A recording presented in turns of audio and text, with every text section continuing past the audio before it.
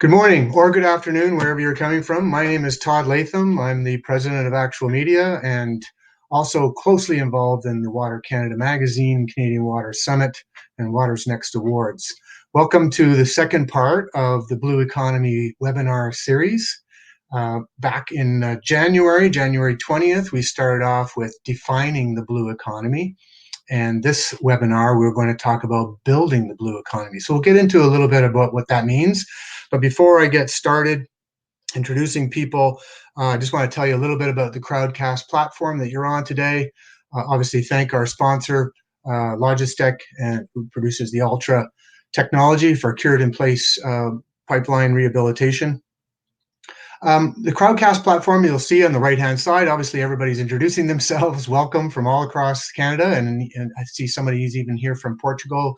Please make yourself known to everybody. Say a few words about where you're from. Also at the bottom, you'll see there's a link, Water Canada. That's a link that you'll see throughout the webinar today to various sites that sponsor sites and also sites of interest from our speakers. And then you'll see ask a question and polls along the bottom. So please take a moment to complete those polls. We'll be talking about them as we proceed through this 1 hour webinar, and also pose a question on the ask a question section.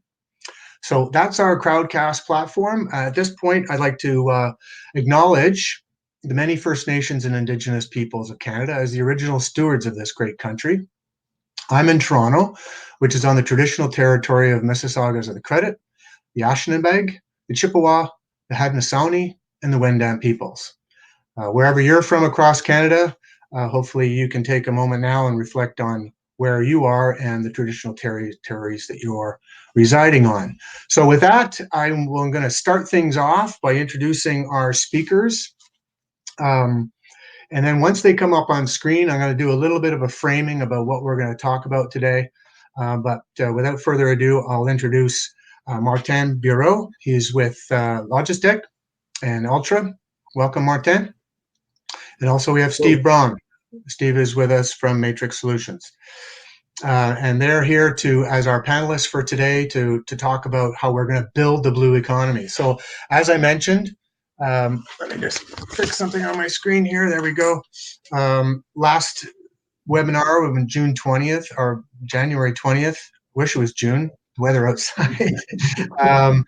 In January, we talked about the definition of the blue economy. So as many of you may know, the blue economy is defined by the United Nations as being largely around oceans and water, sea, the oceans, sea, and all the fisheries and economy activity that revolves around saltwater. I proposed, and others have proposed as well, that the blue economy definition should be broadened to include all aspects of water. And that includes fresh water, lakes, rivers, streams, and even possibly urban water. And I think anything that is water, there's a water economy, it should be a blue economy. So if you want to watch that webinar, it gets deep into what blue economy means, what green economy is, the circular economy. Maybe there should be a purple economy, which is the blue and green economy mixed together. That webinar is live for all of you to view on this series. So that's kind of where we're at today. We've defined the blue economy as being all things water. How do we build the blue economy in Canada? What is some of the things that are going on with infrastructure, but also with policy, some of the funding that's coming down? Some of it is defined as green infrastructure funding. Some of it is municipal funding. We'll get into what that means and ask some questions. But before I do that, I thought I'd give a couple minutes to each of our speakers to introduce themselves more formally and give you a little bit of perspective as to where they're coming from on this topic. So we'll start with you, Martin. Well, good morning, everyone, or good afternoon, wherever you are. My name is Martin Bureau, as Todd said. I'm Vice President Innovation at Senexen and Logistec Environment. A word about our company first. Logistec is one of the leaders in North America for marine services, cargo handling, if you like. And Logistec Environment, through its firm, Senexen, is one of the leaders in environmental services in Canada. As such, we provide turnkey solutions in site remediation and other type of environmental remediation projects. And we also are a provider of water technologies with our ultra-proven water solutions, dealing with water infrastructures, as Todd said, through resilient solutions for water mains, potable water mains, that is, but also for lead lines, which happen to still be in the ground throughout North America, and PFAS solutions as well, and other contaminant of emerging concerns. As such, we were awarded last year the Water is Next Award for Best Infrastructure Technology. Todd, I could not trace back the exact, let's say, best infrastructure technology. Water is Next Award for our ultra water line solution. So I guess that summarizes who we are. Thanks, Martin. Steve? Oh, thanks very much, Todd. Yeah, my home office too is just north of Lake Ontario, and I would also like to acknowledge and thank Mississaugas of the Credit First Nation for being stewards of the traditional territory here. My background is 30 years as a water resources engineer, working mainly in consulting, but also some very different years as a developer of stormwater quality control products. Todd, I think either you or one of your editors has kidded me in the past about having 4 different emails to get a hold of me, and I will admit that is completely true. I'm very happy to working mainly with Matrix Solutions as a consulting engineer, senior water resources engineer, where I work mainly in stormwater management, environmental assessment, flood mitigation, and water course restoration. And these are things that Matrix is really good at, and I'm happy to be working with them there. I also have another company, as you know, CV Shield, which designs, manufactures water quality treatment devices. That's also going great. The other thing that takes up a lot of my time, and which is good, is that I'm currently the national president of the Canadian Water Resources Association. And what a time to be president, really. And I'm not just talking about the pandemic there either, although that's certainly been full of challenges. But I'm also thinking about the formation of the new Canada Water Agency, and maybe an overall rise in awareness of the importance of water in Canada. So when it comes to today's subjects of infrastructure and water, my background is not in the well-known areas of maybe as well-known drinking water and sanitary treatment, but more in stormwater and flooding, and that'll be my perspective. Infrastructure here certainly mixes with that drinking water and waste treatment for instance, in source water control. But my experience with infrastructure are usually integrated with other watershed approaches and ecological concerns. And that would also include natural infrastructure, which is a term that can sometimes be a little problematic, but natural things aren't just tools to be exploited. But if the term highlights a requirement for a sustained coexistence, I'm okay with it being highlighted. So that's my background. That's great. Thank you, gentlemen. And we've already gotten a couple of questions going, but before we get to those and our polls, Steve, you brought up the National Water Agency. That was on my list of things to talk about. Talk about building a blue economy. We now have a national agency when Canada has traditionally been very, territorial and provincial governance. So I'll leave it to both of you. Can you just describe what this new water agency is going to do from your perspective, or some of the positives and maybe perhaps some of the negatives?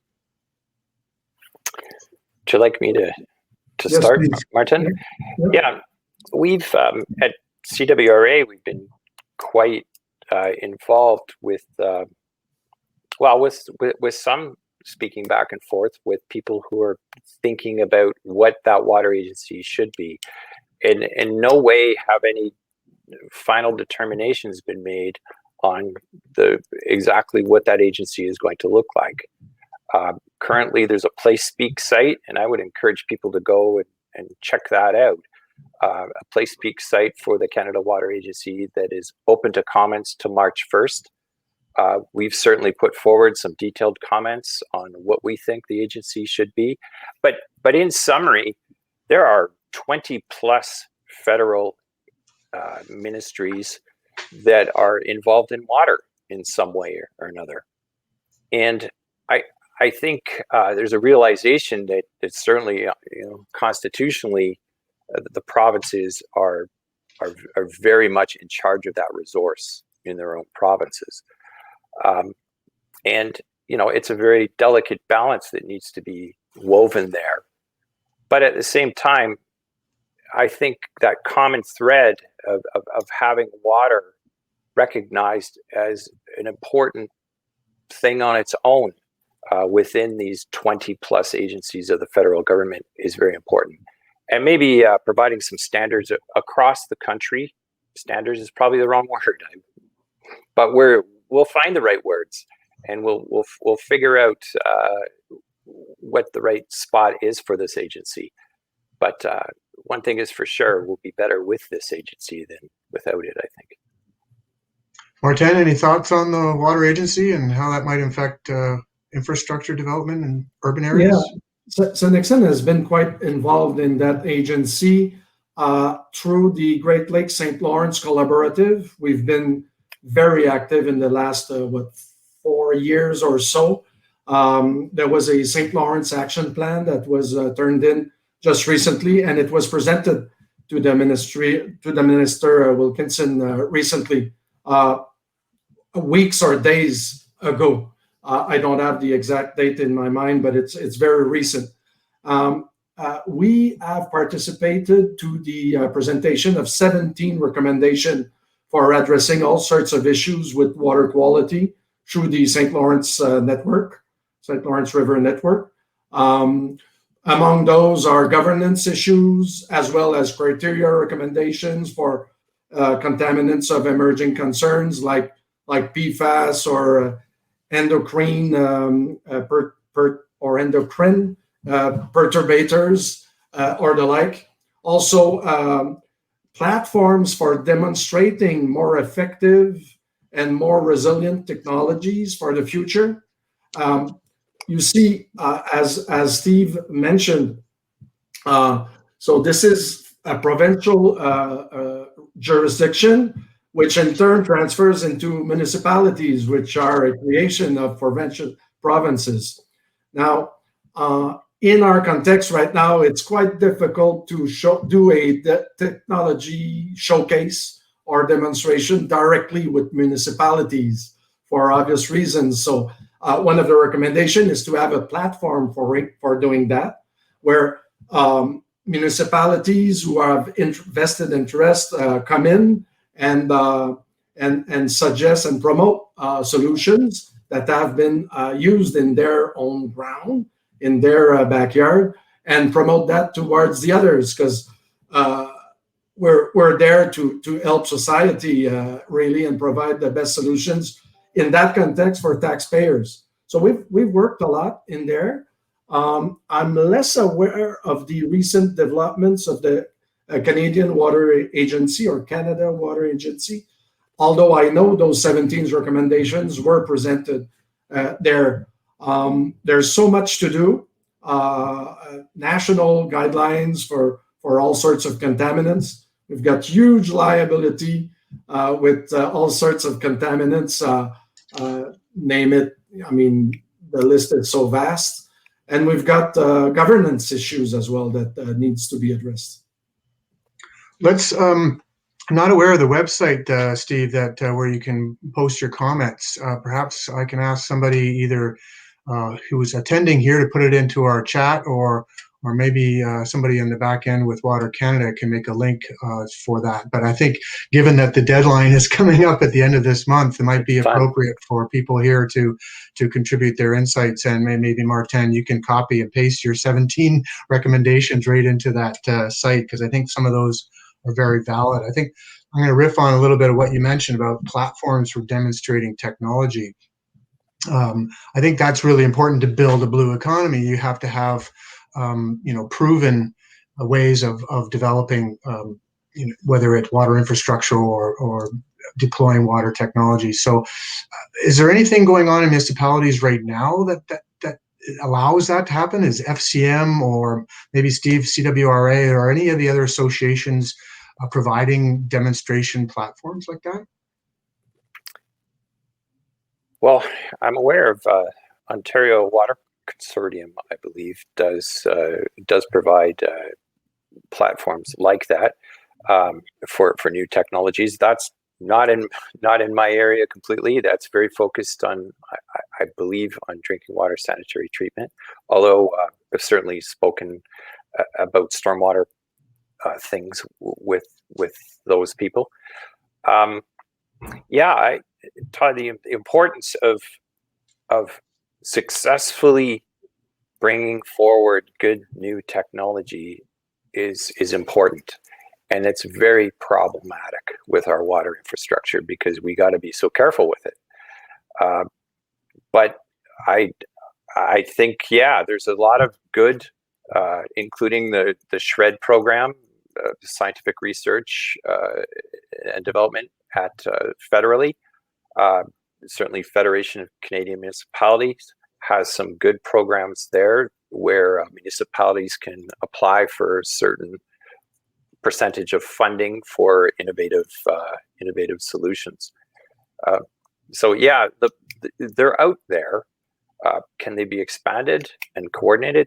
Yeah, sure. Of course, we can always expand these programs. I know of Sustainable Development Technology Canada is pushing for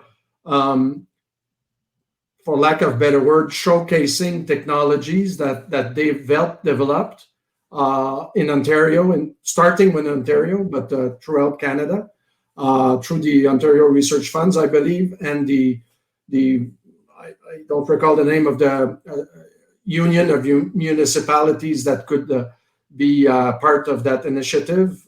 I know they've approached us to participate to something like that, and to present what we do with city partners as well.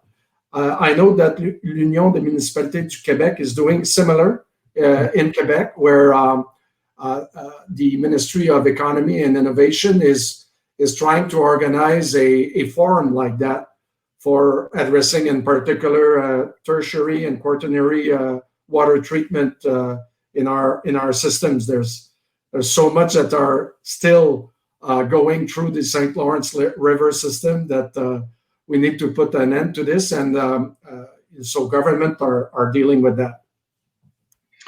Yeah, so maybe we'll talk a little bit about that, getting municipalities up to speed with what's available, because, traditionally we've seen, well, we've never done it that way before, so why change now mentality. It's probably because there's this risk adversity to adopting new technologies or trying new things. So I think having these demonstration platforms would be helpful. And Steve, you mentioned FCM, they have their Green Municipal Fund program. Right. And Martin, is there any municipalities that you're working with that have these GMF funds to deploy new innovative technologies? Yes, they have. The federal government is, through their infrastructure funding, is transferring money to the province, and then the province chips in through the surtax on gas to fund environmentally benefit or profitable projects or technologies for infrastructure projects. So I know several cities in Quebec that have used this program, and as a matter of fact, the reason why Quebec is so advanced in cured-in-place pipe technologies, namely potable water, but also sewer, is because of those programs. And that's a fantastic example of how federal, provincial money can guide the transition for change to better approaches, or at least alternative approaches.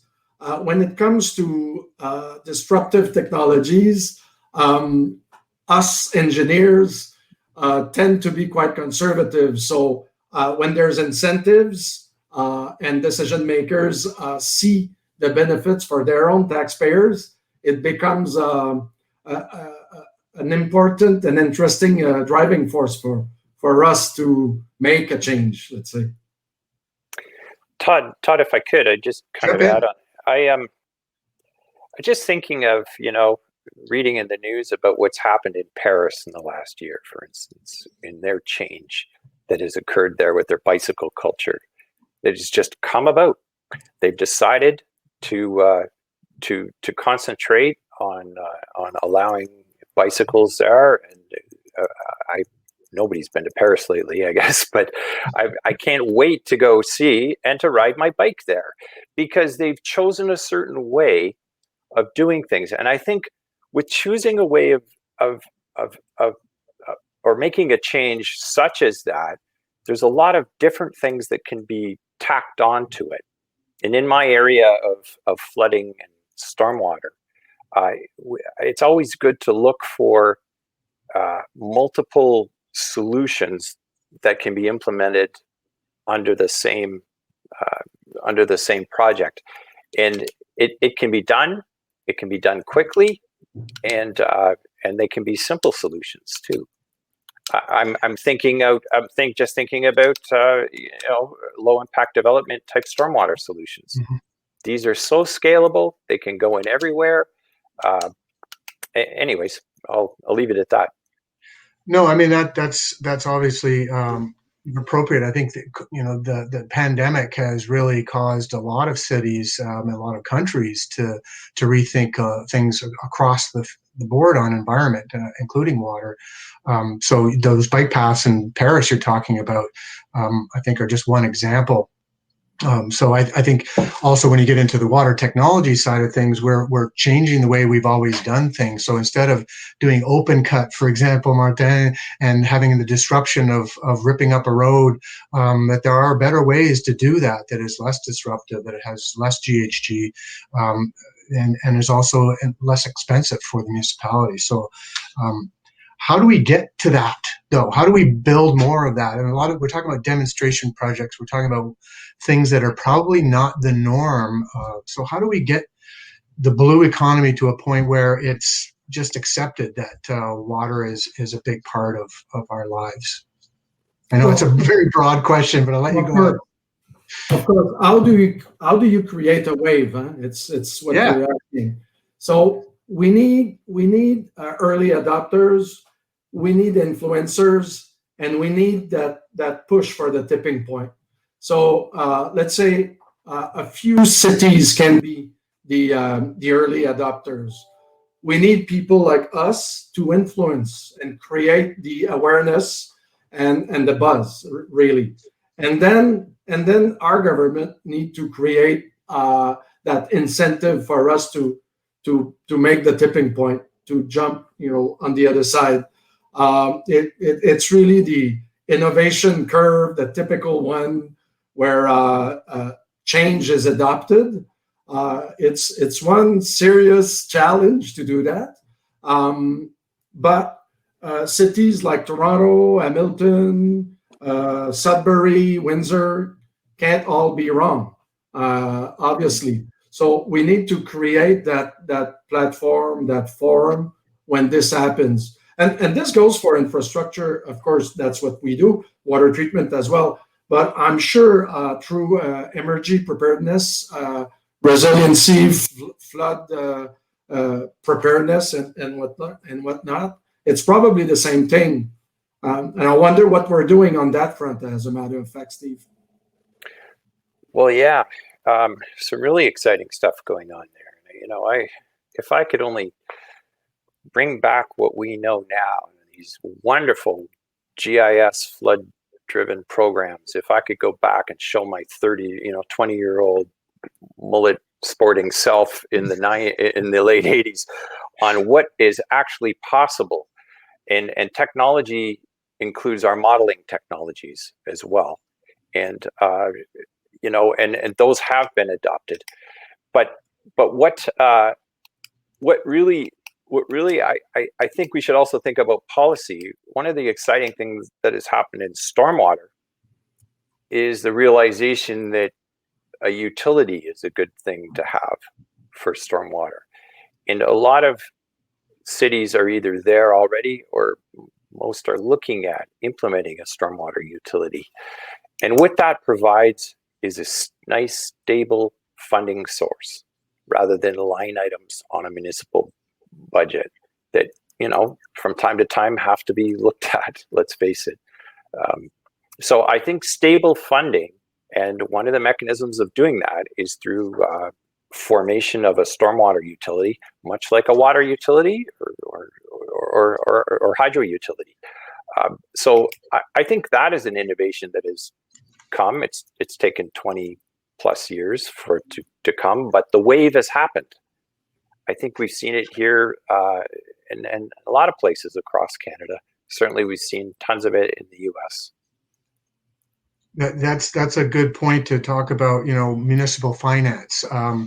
We've at Water Canada, we've talked a lot about the value of water and the perception by most Canadians that water is just something you turn on your tap and you flush your toilet and you don't really think about it because we're not probably paying enough for water. If we had those utilities that you talk about, Stephen, the stormwater utility with stormwater surcharges, and not all municipalities have a regulated utility, a separate utility that has its own balance sheet. So many municipalities are struggling with how to pay for their water infrastructure out of the regular tax base. So maybe, Martin, over to you. What do you think is the right model for municipal finance of water infrastructure? Well, that's a loaded question, Todd. Water is we believe is a public good, but it should have it should be given the value it really has, and right now we're not seeing that. So obviously in Montreal we don't even have counters for how much water we consume in each home. So there's a long way to go there. However, I must say that the surtax on water is probably playing a role. Recently, our mayor had one, and this raised the attention. So probably public awareness is raising here. We see where we have public utilities, the awareness of citizens is much higher, is much more important. And in fact, they're asking proof that the utilities are actually doing something to, for instance, better use their water, better treat it, be more cost effective, and deal with leaks. Whereas in Canada, leaking water infrastructure, where they lose 20 to 30% water, is something usual. I know some cities in Southern California where 5% is unacceptable totally.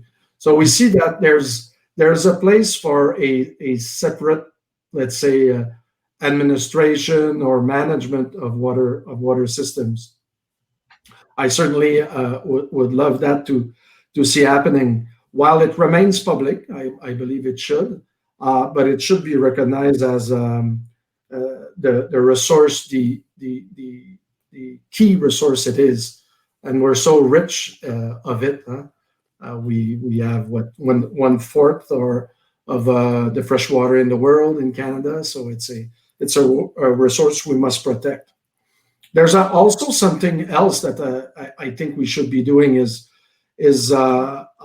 put pressure on governments to have more regulations and policies throughout Canada. So for us to comply on a similar ground, that's something we should be doing in the future as well. So when you talk about what regulations, I mean, is that sort of water conservation regulations, or? Yeah. Okay. And accountability and ways to encourage, if not force. I guess it's too strong a word, but certainly encourage our utilities or municipalities to restore more of their network, because right now they're testing it to failure. That's what's happening now. You've got networks that are 40% to 50% past their life duration, and municipalities right now are changing 1% to 2% of their network yearly. So this is totally non-sustainable, and we're pushing that to the next generation, not with the S. It's 20 years down the road. It's not 100. So there's a lot to be done today, and we've seen through the pandemic that the federal government was able to fund a lot of programs to help us go through a crisis. Well, this is just a long crisis for water to happen, and we're just entering it, I guess. Well, that's Steve. Any thoughts on that? I did have just a couple, and one of them is in the area of integrated watershed management, and which is related. We've got this whole citizen science group in Canada, and this includes people like Living Lakes and the Water Keepers, and many others. I can't get into it, but one of the recommendations we're making to the Canada Water Agency is that some stable funding or some consideration about how they collect their data and how to make sure we can support these initiatives are supported and make sure they're ongoing. They're kind of like the fourth estate of the water world, aren't they? They keep us in check. They define, or not define. They find out where the problems are. They're a little bit outside of the establishment of us water people, and I think that's an important thing that will be ongoing now for some time. And I'll just bring it back to what I do in the flood world a lot. One of the greatest things that we've had available to us as flood modelers is citizens out posting to YouTube what happens during a flood. Because we can model all day long about where we think the water might go during a certain rainfall event, after a certain wet conditions in the watershed. It's really valuable when we see citizens posting a flood video, either downtown in a city or out in the country somewhere, that shows where the water levels come. And I think that will become more and more valuable for us as citizens. Anyway, I'll leave it at that. Yeah, you bring up a good point of the power of social media to drive that awareness that we're talking about. And with awareness comes the value proposition of caring and protecting our greatest resource, water. Martin? Well, I have questions for Stephen, because flooding is not my area, but two questions. One, is there any real-time survey or connection, a intelligent network that monitors water levels, that brings information to a centralized point of some sort? And second, is there are there technologies needed for doing so? That you see, that are either coming in or not coming in, but you'd like to happen? Yeah, the answer is absolutely, Martin. And I'm looking forward to the non-pandemic time so we can go to lunch and I can learn about what you know about, because there's a lot of stuff But I think, yeah, absolutely. I can speak from an Ontario experience. The conservation authorities here have flood forecasting programs associated with all of their larger river basins. It depends on that conservation authority, what their technical and financial capabilities are, but a lot of the larger ones do have those flood warning programs in place. Are they looking to be improved? Yeah, all the time. We're always looking to improve the accuracy and real-time component of that. And there are people working out at Global Water Futures, for instance, at the University of Saskatchewan, so involved in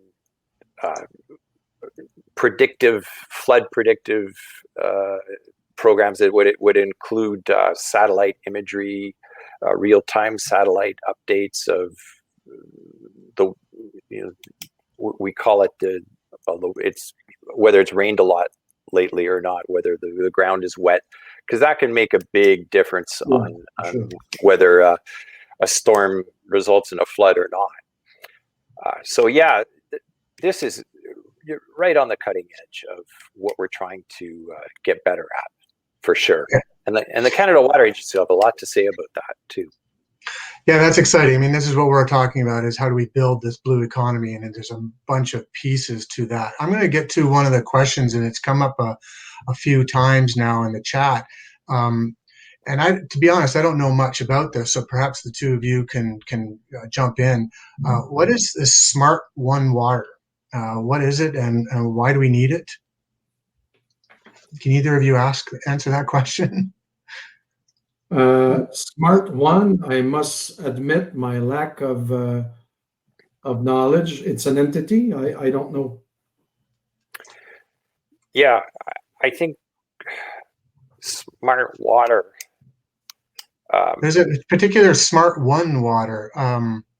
It's come up a few times, but I'm not sure where that fits in with our conversation on building a blue economy, but it sounds like it's an initiative that's either an NGO or a government initiative. I'm not sure. But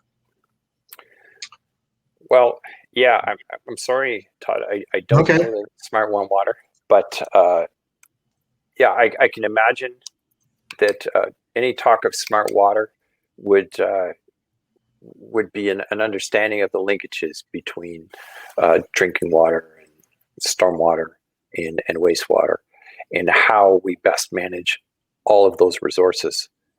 Yeah, I'm reading now the comments in the Q&A that this is really more of a digitization and sort of monitoring sensors using technology like Martin mentioned earlier. We're losing a lot of water leakage through our pipes.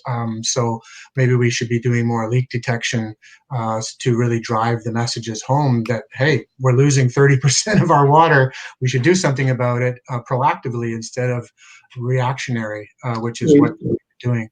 We see on the chat, Kevin and Isha have probably a better understanding of what this is. I looked at Google while you were talking, and I believe this is, as you described, a group that thinks of how to deal holistically of the whole system, incoming water to treatment water, and how you deal with it throughout. So since we need connectivity, I believe this opens up to a question that at least we know about is smart infrastructures. We've come to a point where we've got great solutions that tend to be passive. So they do great at what they're designed for, but they will not interact with either the designers, the managers, or the environment. We need, and that's key on my list. We need bright pipes, smart pipes, smart infrastructure structures. You know, those sensors, fast sensing sensors for the COVID currently, they can be built into a chip. That's super easy to do. Now, if you can do that and you can have a fiber optic into a system, whatever that is, then you're able to track COVID in our sewers. So lots of universities and companies are looking at that currently. Berkeley, Baltimore, Johns Hopkins, Toronto, Montreal, they're all doing that. So having pipes that tell you where it leaks, where it fails, where there's pressure surges, contaminants would be fantastic.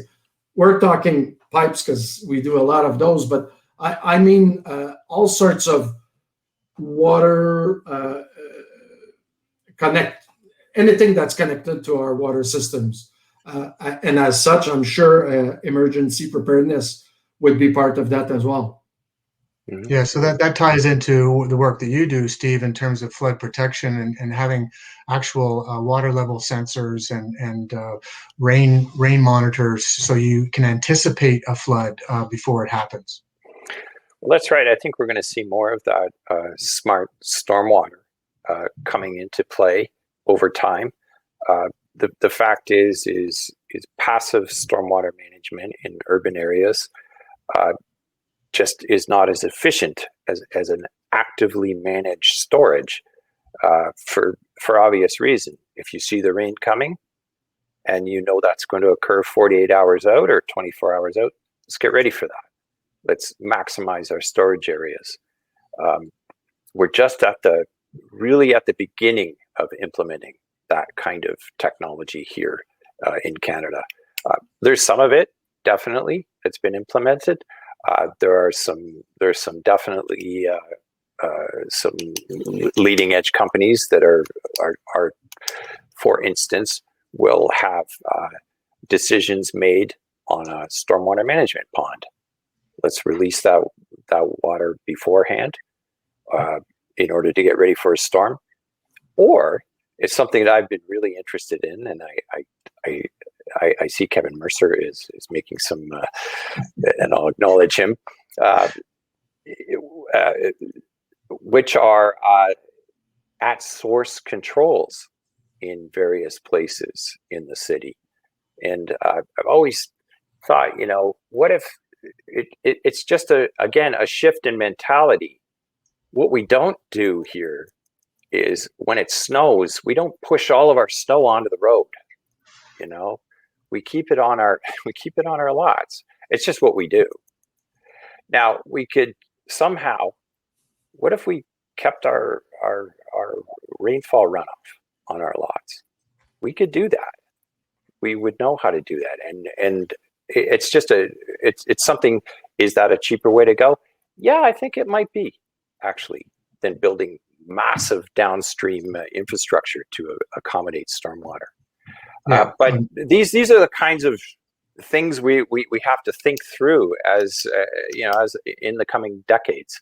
And again, we'll go back to those discussions on how do we fund these trials? Well, we should be looking at them. That ties in perfectly to what I suggested earlier with government money being allocated to more resilient or more environmental benefiting solutions. For example, designing of public infrastructures that instead of driving water through the sewer system, deals with it locally. There's so many ways. We see LEED buildings that do that, LEED parking, I think they're called also. But this should be done everywhere, absolutely. So instead of having the lowest bidder winning the job for this job on an interchange, let's put some real criteria for quality here, not only cost. And why are we able to do that when we're building the Champlain Bridge, but not when we make a simple work of art in the city, in the middle of the city? Why is it that we need to be only decision need to be based on only cost? There would be a lot of benefits for everyone, the taxpayers in particular, by doing otherwise. Yeah, I totally agree. I'll just jump in quickly, Todd. Sorry. I would say also that we have to look at, does that de-risk things a little bit? How and the other co-benefits that occur, those aren't always thought of. I'm thinking of stormwater management systems that water trees, for instance. These are very compatible goals. You could have an urban tree canopy combined with good stormwater management. I think these are things we have to look beyond the one function we're looking for. Yeah. Sorry, Yeah, sorry, Todd, I cut you off. Yeah, no, that's good. I mean, I want to get back to this risk and resilience. I think it's one of the questions actually that was posed, by Graham. Is there, and it's an interesting thing about how do we, now in pandemic, we didn't see this pandemic coming, of course, but we've had to react to it. But what happens if there is an attack on our water system, especially our drinking water system? Are we set up in a place where we can protect our current water infrastructure? Martin, are there any things that are being done in the drinking water system that can prevent, say, a terrorist attack on our water? You're touching a sensitive subject. I must say that I don't know about the security that are put in place to our water treatment sites. But what I can tell you is that you made the analogy with the pandemic. You guys in Toronto had a SARS outbreak a little bit more than 10 years ago. And no one in Canada was ready for this one now, and we knew all about it. And since then, we had 17 major outbreaks of viruses in the world that was threatening Canada, reported, documented, and yet we weren't ready. So a threat which, for example, let's put aside terrorist threat, but let's put the earthquake a threat, a natural disaster threat. It's actually quite likely to have one major in Quebec one day. Less so in Ontario, but in Quebec certainly, and in BC the same. BC, and, yeah, totally. BC is as much as at risk as San Francisco. Yet we do not see any seismic resiliency program being built in place and funding public infrastructures, water treatment plants, and so on. And I'm sure we could do a lot more. Yeah, I can say that I am really happy to see the federal government an increased realization and their funding through their national disaster mitigation program.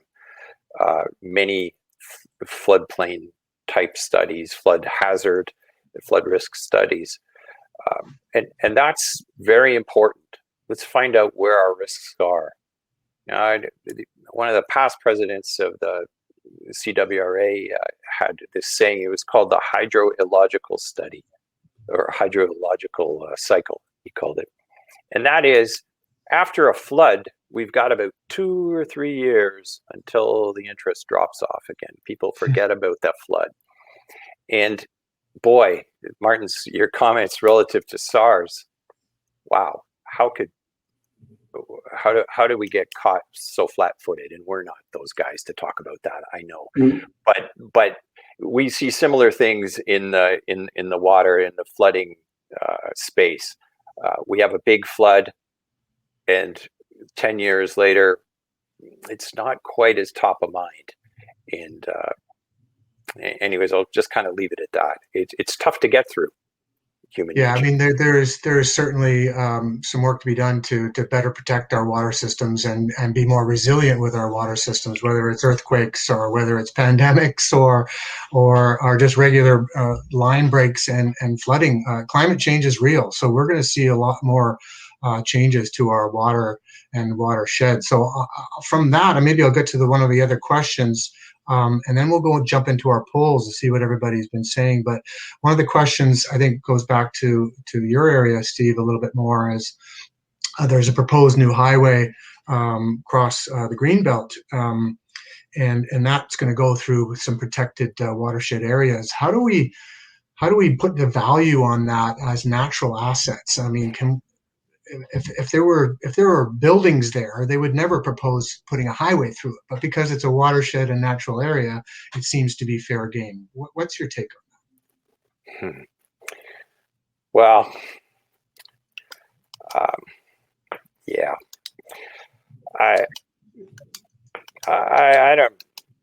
I'm not sure that we should be doing that. Maybe I'm not a transportation person. But when we go through a natural asset like that, I think we'd be wise to engage our First Nations people with us and receive some wisdom there, because once you lose these natural assets, they are gone, and they're very hard to bring back. Europe knows about this.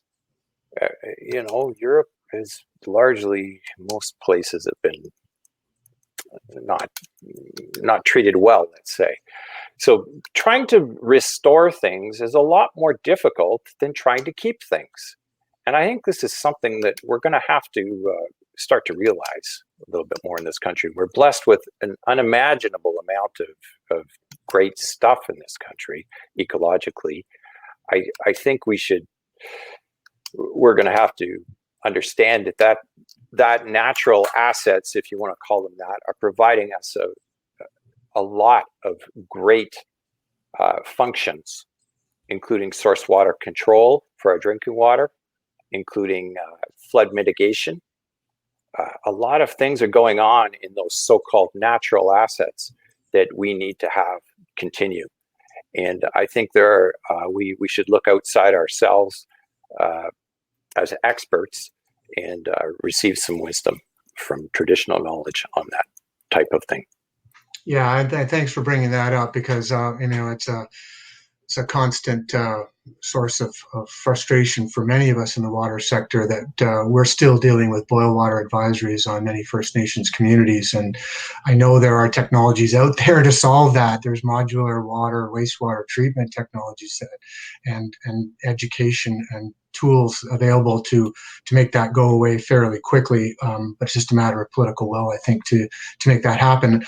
And I think this goes back to the same thing with the proposed highway.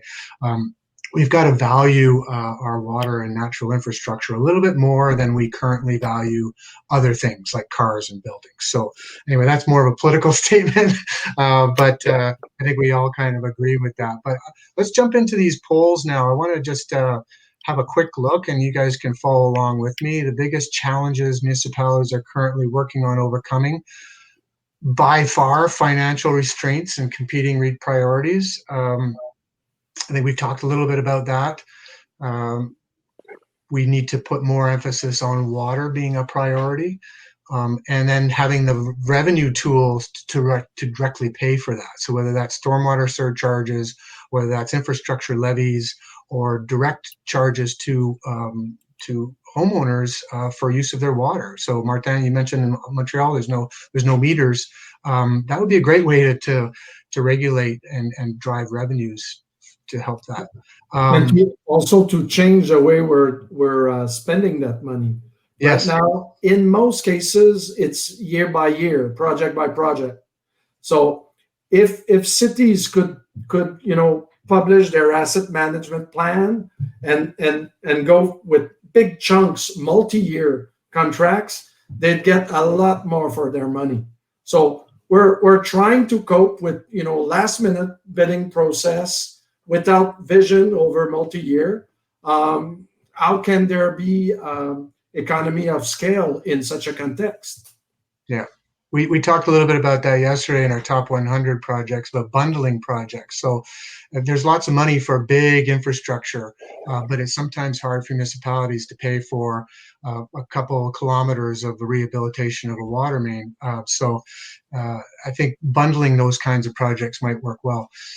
We're asking in the polls as well about issues concerning lead and PFAS. It seems like that is becoming more top of mind. I know that's something you deal with, Martin. But see the poll, and I'm glad that people voted, but 53% majority of no with respect to lead. It's amazing. We still have tens of thousands of lead lines in Montreal City, and it's the same in Toronto and throughout the world. There's millions of lead lines still connecting our potable water that our children drink, that our pregnant partner drinks, and so on. It's just amazing. I think it's also an issue of awareness. And I know we've had this conversation with others before, is homeowners don't want to pay to reline their water line from the sidewalk to their house because they think that's a municipal problem, when in fact it's on their property. They own the pipe. So there's a little bit of jurisdictional wrangling there, which I'm sure you deal with from time to time when you're working with the city. Oh, all the time we're lacking some time, but we have a solution to line lead lines without having to dig the whole thing, right? Which are much cheaper. It remains a big challenge to sell, and in part due to the jurisdiction. People consider that dealing with the lead lines mean removing them from the ground. Now, this poses a real issue. What do you do with the lead? Where does it go? It goes to landfill. It goes where? We lose track of that lead. So it's actually a good thing to know where it is, but to prevent our water to be in contact with it is simple to do. Yeah, I think it's also an awareness thing. I know Water Canada has featured, getting the lead out as feature articles in the past about how to drive some of that change. And the same, I think, applies with PFAS. It's more of an emerging contaminant now, but people are recognizing that as also an issue in water. Going down to the poll questions, does your municipality use open cut when replacing its water mains? Not sure. I think maybe there's some more education on what the difference between open cut and rehabilitation means, and we'll be doing that in an upcoming issue of Renew Canada. We did a survey of linear water infrastructure and asked consultants and municipalities what they're doing, and so we'll get deeper into that question, and hopefully that not sure will go down next time we ask this poll question. Again, the same thing with infrastructure replacement lining plan. People are not sure what percentage of infrastructure is going to be planning on replacing lining. I think this goes back to what you were saying, Martin, before, is most municipalities are very reactionary. If there's a water main break, they fix it. If there's a water main that's leaking more than 30%, they fix it, but they're not proactively, in most cases. Some jurisdictions are, like the City of Toronto and others, are doing that proactively, but I think we're still in a reactionary mode with a lot of water infrastructure, and that needs to change. And while this is not a comment that I'm, necessarily pushing for a solution like that, but water utilities in the States have what they call non-revenue water, which is water like that, and when they bill their taxpayers for it, they better be showing what they're doing to handle the situation. That's a big deal to them. That's true. We've covered a lot of ground. I still have a bunch of questions here, and we have some also from the audience. Maybe I'm going to take some time to wrap things up here a little bit. Both of you gentlemen, any final comments on how do we build a blue economy? We've kind of been around to different places, but any final sentence on what you think should be done? Promote the education at all levels, starting at school, primary school, up to university. Promote it as much as we can. It's going to change. Our young generation, I guess I'm no longer in part of it, is begging for a green environment, and they'll be looking to play an active role. But water is often forgotten. Steve? Yeah, well said. I don't know if I'd add too much to that, other than let's look for our areas of collaboration. But water is involved in so many things. But I'm hopeful that it is being highlighted more on a day-to-day basis for its importance from a larger picture. So Well, maybe we'll start sharing these webinar series recordings with schools and universities across Canada to help that. And I know Evan was with us with Carleton, and they're doing some great work with the Water Institute and educating students. And I know we have many other people on this webinar today who are doing some of that education, including in First Nations. So thank you, Martin. Thank you, Stephen, for joining us today. Really appreciate your insights. We're going to wrap up now. There's going to be an article on what we've talked about today in the upcoming issue of Water Canada. And also our next Blue Economy event is March 17th, and we're going to talk about governing the blue economy. So today we talked a little bit about building it. We talked about some of the infrastructure ideas, some of the technology. I think in the next issue, our next iteration of this webinar on March 17th, we'll talk about governing that. How do we put structure around it? How do we make it happen and get into some of the policies? Also, this afternoon, the link is right there on the bottom of your screen at 1 o'clock. If you're a full-on water nerd like me and others on this call, you're going to want to join that webinar at 1 o'clock with the Canadian Water and Wastewater Association on source water protection. So this will be more of Steve's alley, and also something we talked a little bit about today. And then finally, on February 25th, our Infra Intelligence webinar series, which is part of our Renew Canada event program, we're going to have a discussion on green infrastructure and natural assets. So that will also be water. Water touches everything, as we know. We're going to talk a little bit about wetland and water, stormwater protection from an infrastructure point of view. So all water nerds, yes, thank you very much for attending. Thank you again to Ultra and Logistec for sponsoring, and we will see you next time. Bye-bye.